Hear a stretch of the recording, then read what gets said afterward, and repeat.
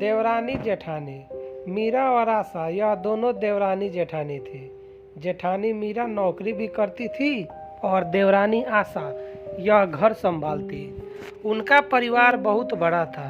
सास ससुर और उन दोनों के बच्चे, कुल मिलाकर 8 लोग घर में रहते। और अब बहुत साल बाद उनकी बुआ सास अपने भाई के घर रहने आई थी।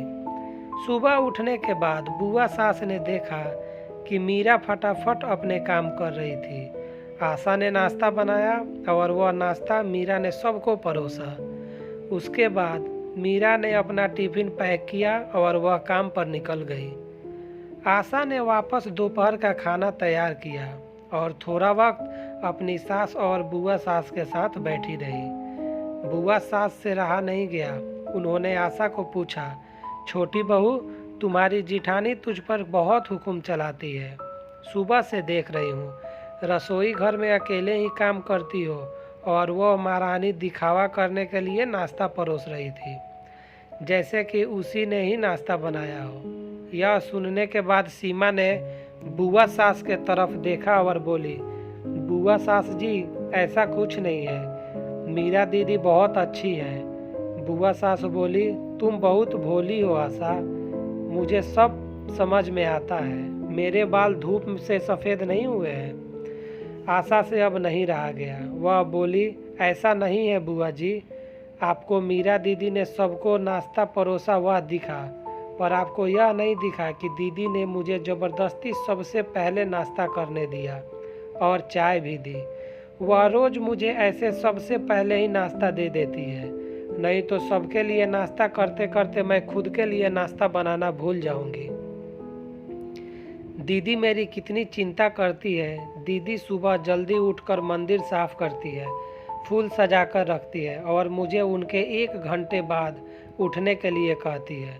शाम को आते समय बाजार से सब्जी भी लेकर आती, क्योंकि हमारे पति रात को देर से आते हैं और मम्मी जी को मीरा दीदी ने बाजार में जाने को मना किया है, क्योंकि अब उनकी उम्र 50 साल से ज़्यादा हो गई है। बाजार में जाते समय उनको तकलीफ़ होगी, उनके पैर बहुत दुखेंगे। कभी उनको बाहर घूमने का मन हुआ तो मीरा दीदी छुट्टी लेकर उनको घुमाने ले जाती है। और हाँ बुआ जी, दीदी रोज़ शाम को आने के बाद वह कितनी भी थकी हो तब भी मुझे खाना बनाने में मदद करती है। वह मेरी बड़ी जेठानी ज़रूर है, पर मुझे अपनी छोटी बहन ही समझती है और मैं उनको अपनी बैरी बहन समझती हूँ।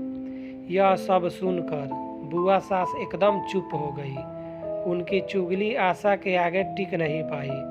शाम को मीरा सब्जी की थैली आशा के पास देते हुए बोली, सब्जी के साथ तुम्हारे मनपसंद लेखक की किताब भी उसमें है।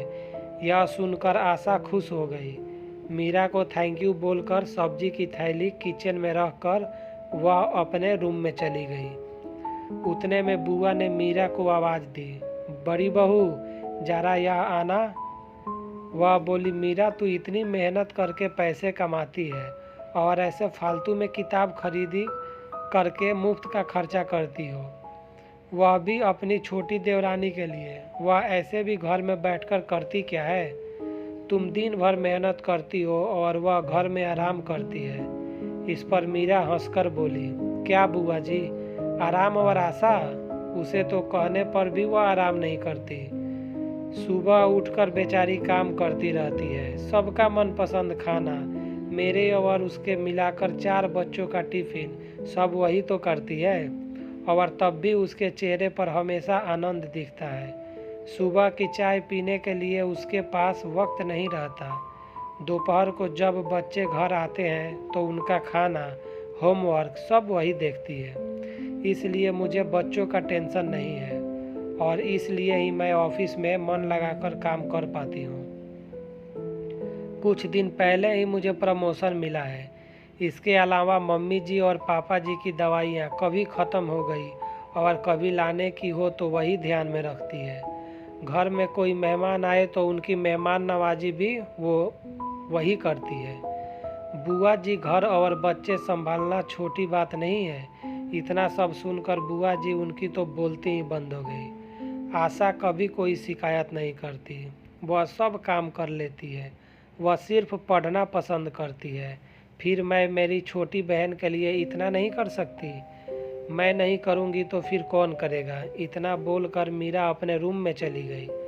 यह सब बोलना मीरा की सास पीछे खड़े होकर सुन रही थी।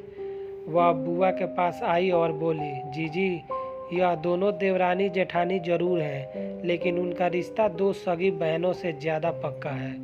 मेरे घर की मजबूत दीवारें हैं यह दोनों।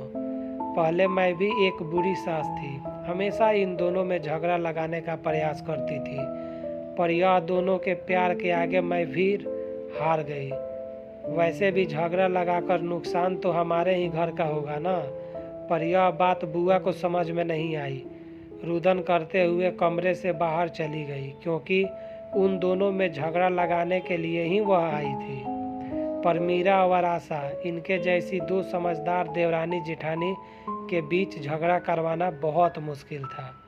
दोस्तों, अगर ये वीडियो पसंद आया तो कृपया लाइक करें, शेयर करें और सब्सक्राइब करें। दोस्तों, ज़्यादा से ज़्यादा शेयर करें। आप लोग शेयर नहीं करते हो। वीडियो बनाने में बहुत मेहनत लगती है।